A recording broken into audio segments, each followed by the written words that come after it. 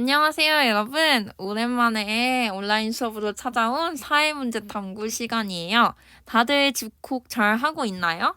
굉장히 이제 맨날 보다가 안 보니까 또 말로 하긴 조금 부끄럽지만, 요렇네요. 자, 뭔가 내가 지금 수업하는 게 조금 달라지지 않았나요? 막 글씨도 쓰고 표시도 할 수 있고.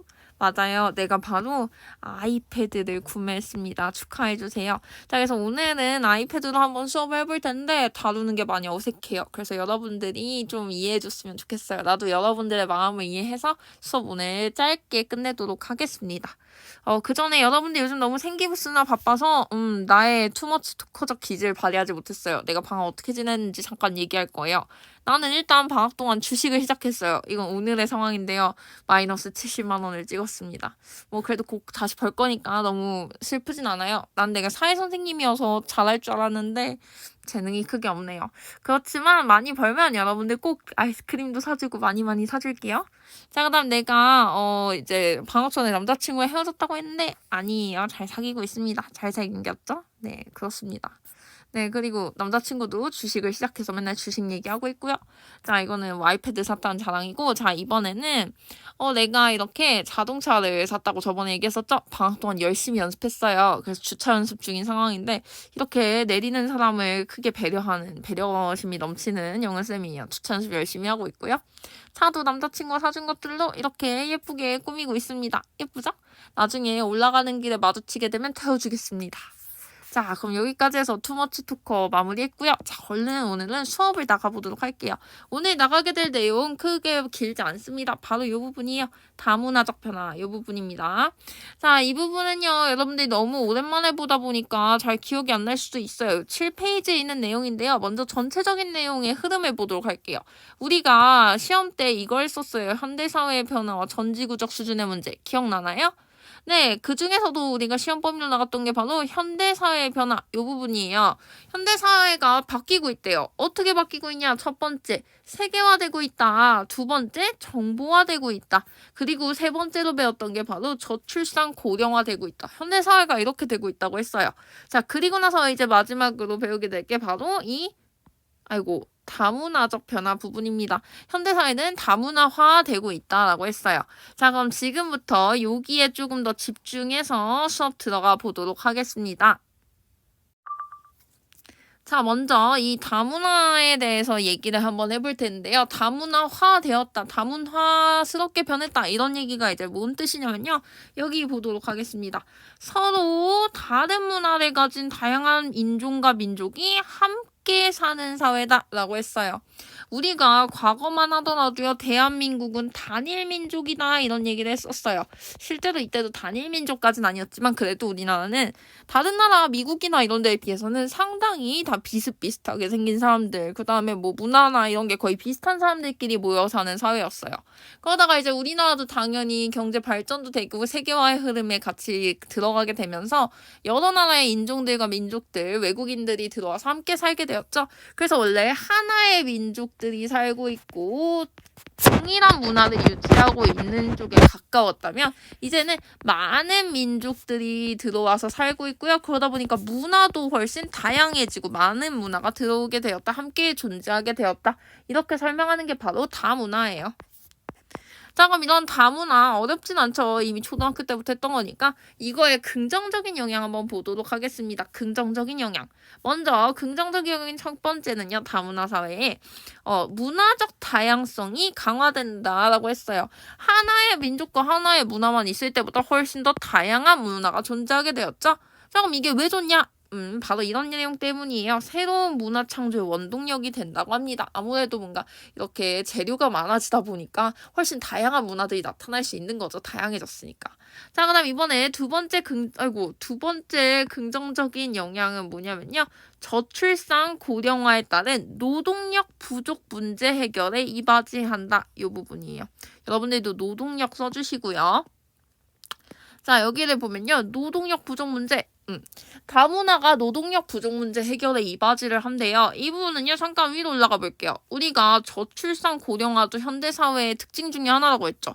저출산 고령화는 이런 영향이 있다고 했어요. 생산 인구, 가능 인구가 감소해서, 왜냐면 나이가 다 이렇게 많아지다 보니까, 노동력이 부족해진다. 이런 얘기를 했었죠. 그러면 경제 성장이 굉장히 빠르게 진행되지 못하고 동력이 약화된다라고 했어요.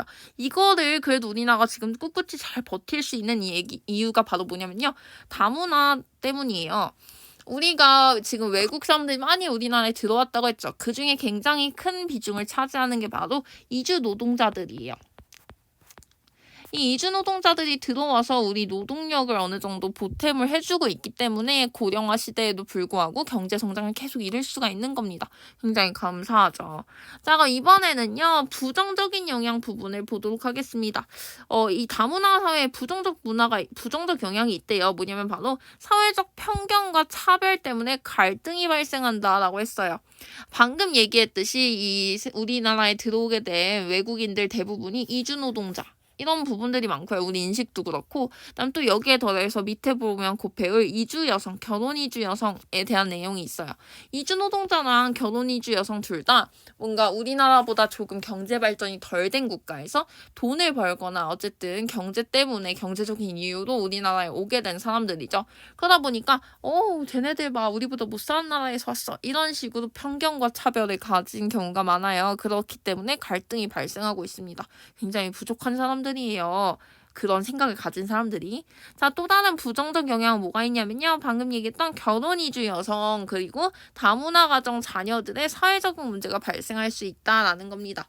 농촌만 가더라도요. 젊은 사람들이 대부분 밖으로 나가고 그다음 특히 여자들이 굉장히 농촌에 부족하대요. 젊은 여자들이.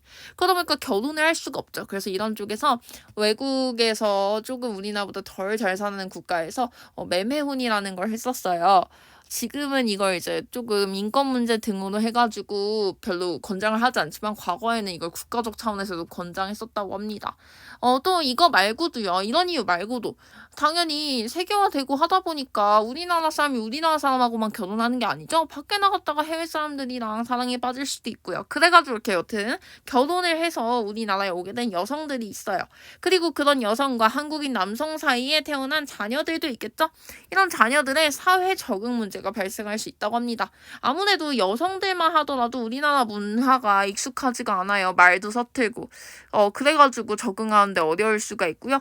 그들이 키우고 있는 자녀들은 외모도 다르죠. 그다음 말을 주로 엄마한테 많이 배우잖아요. 엄마가 키워주는 경우가 많다 보니까.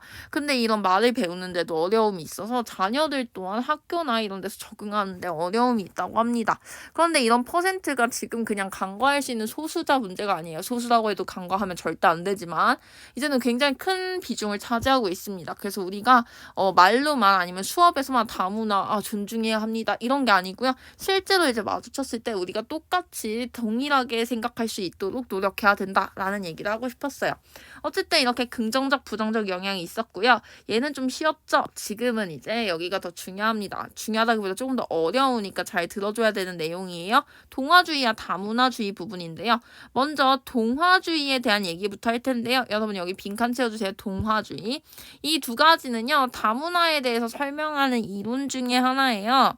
자, 여기 보면 동화주의는 사회가 단일하고 동질적 문화로 구성되어야 안정적으로 발전할 수 있다라고 전제하는 거네요.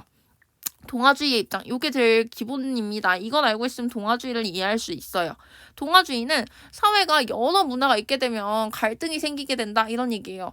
우리가 예를 들어서 반에서 오늘 쌤이 주식을 돈을 많이 벌어가지고 쏜다 했을 때 어떤 친구는 나는 치킨을 먹고 싶어.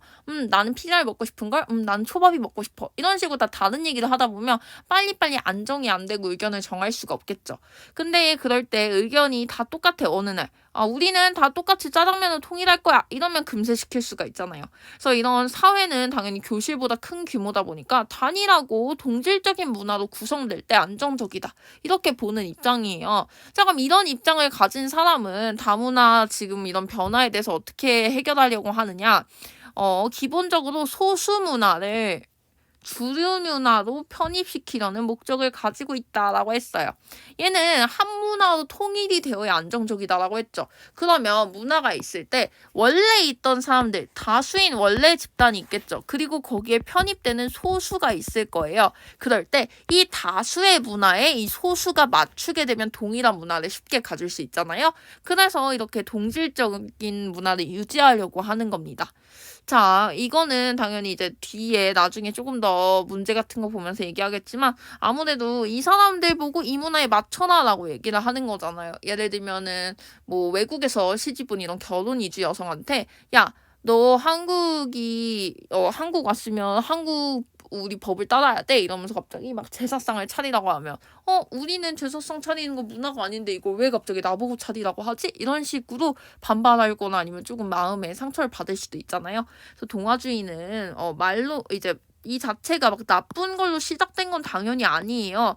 사회를 안정시키려고 하는 거지만 그래도 편입시키려고 하는 과정에서 소수가 상처를 받거나 힘들 수가 있다라는 얘기를 했고요.